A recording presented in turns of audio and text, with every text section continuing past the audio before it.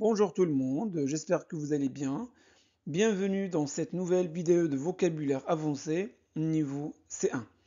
Aujourd'hui, nous allons explorer 10 mots puissants et sophistiqués, souvent utilisés dans des contextes littéraires, sociaux, politiques et intellectuels. Je vais vous donner la définition, des explications détaillées et des exemples concrets pour chaque mot, afin que vous puissiez les comprendre parfaitement et les utiliser naturellement dans vos conversations. Et surtout, n'oubliez pas de vous abonner à la chaîne et de partager cette vidéo s'il vous aide à enrichir votre français. Vous êtes prêts? C'est parti! Commençons par le premier mot. Éphémère. Éphémère. Alors, éphémère, c'est qui ne dure pas longtemps. Passager. L'éphémère, en fait, désigne quelque chose de temporaire, souvent utilisé pour parler d'événements, d'émotions ou de phénomènes. C'est un mot courant en littérature ou en philosophie. Prenons quelques exemples. La beauté des fleurs est éphémère. Elle disparaît après quelques jours. Cet exemple montre que la beauté des fleurs est passagère. Un autre exemple, leur succès a été éphémère, vite remplacé par de nouvelles tendances. Cela montre que le succès peut être temporaire, souligne que les modes et les tendances changent rapidement et que ce qui est populaire aujourd'hui peut disparaître demain. Donc éphémère, c'est passager ou passagère ou temporaire. Altruiste. Altruiste. Altruiste, c'est quelqu'un qui agit en pensant avant tout au bien-être des autres, parfois au détriment de ses propres intérêts. Voilà, donc l'altruisme reflète une véritable générosité de cœur. Prenons quelques exemples. Elle est très altruiste et consacre beaucoup de temps aux associations. Elle agit pour le bien des autres sans attendre de récompense, montrant une véritable générosité de cœur. Son comportement altruiste inspire ses collègues à être plus solidaires. Voilà, donc l'altruisme peut créer un effet positif autour de soi en encourageant la coopération et la bienveillance dans un groupe. Inéluctable, inéluctable, qui ne peut pas être évité, dont la survenue est certaine, inévitable. Voilà. Donc ce terme est souvent utilisé pour parler de faits, de conséquences ou de destins qui ne peuvent être empêchés. Prenons quelques exemples. La chute de l'Empire semblait inéluctable après tant de conflits internes. Donc, on souligne ici le caractère inévitable d'un événement historique. Un autre exemple, le changement climatique rend certaines catastrophes inéluctables si nous n'agissons pas. Ici, le mot souligne que certaines conséquences sont certaines si aucune mesure n'est prise, donnant un ton scientifique et contemporain. Concomitant. Concomitant, c'est quoi? Qui se produit en même temps qu'autre chose, simultané. Ce terme est surtout employé dans les contextes scientifiques, médicaux ou analytiques pour souligner la simultanéité précise de deux phénomènes. Donc, il permet de mettre en relation des événements qui surviennent en parallèle. Prenons quelques exemples. La fièvre est souvent concomitante à l'infection. Donc, la fièvre et l'infection apparaissent simultanément, indiquant un lien entre les deux phénomènes. Le stress et l'anxiété sont des phénomènes concomitants chez certains étudiants. Dans un contexte psychologique, cela montre que ces deux états peuvent survenir en même temps et être liés. Voilà. Ostensible.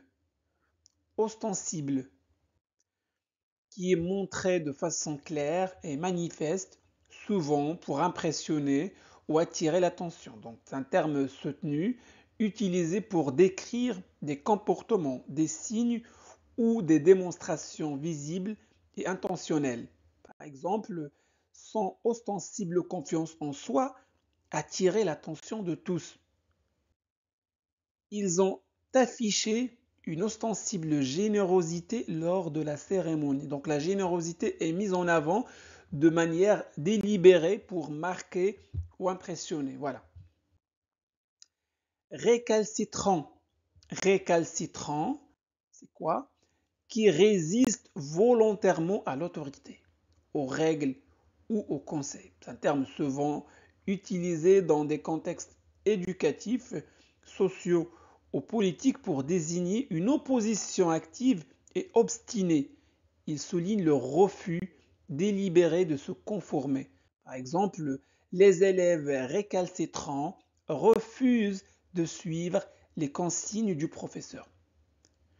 Donc, leur opposition est volontaire et persistante, montrant un refus obstiné d'obéir. Un autre exemple, le gouvernement fait face à un groupe de manifestants récalcitrants.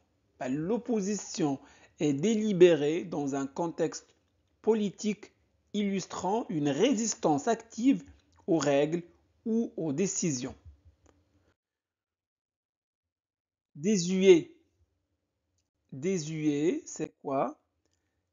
Qui n'est plus en usage, qui est dépassé ou obsolète. C'est un terme soutenu qu'on retrouve souvent dans des textes littéraires, historiques ou critiques. On l'emploie pour désigner des pratiques, des objets ou des expressions qui ne correspondent plus à l'époque actuelle.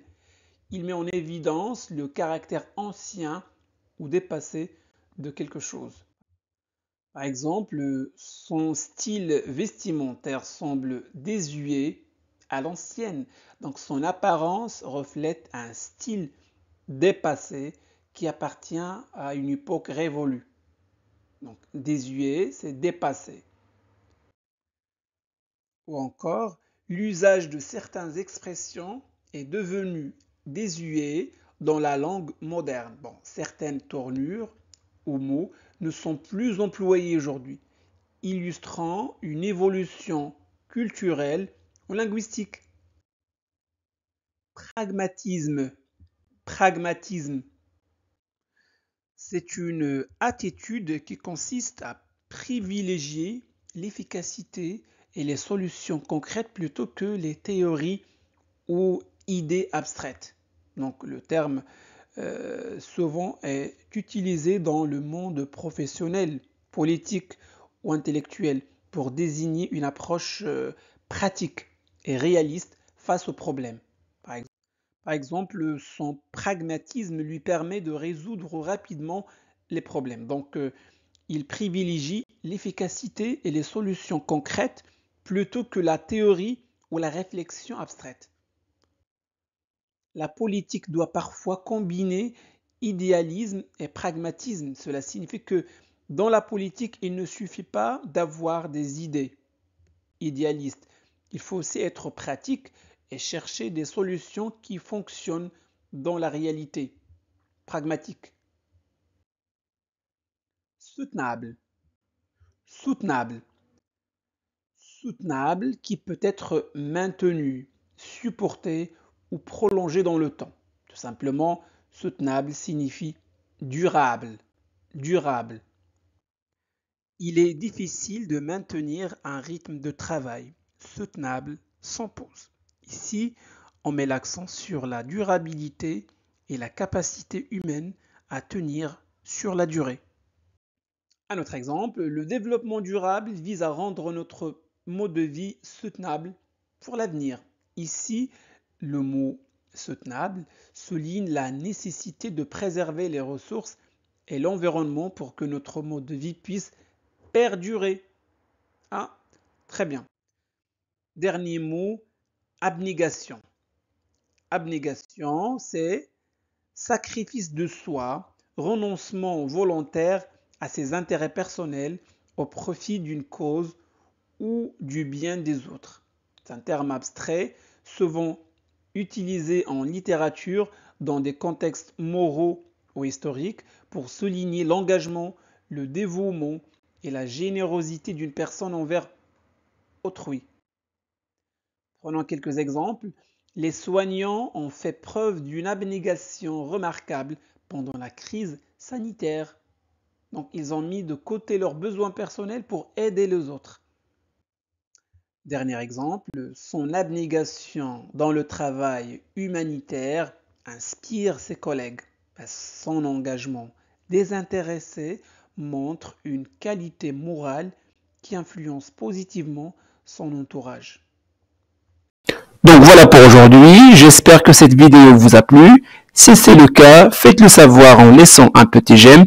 Vous pouvez partager cette vidéo avec vos amis pour les aider à progresser en français.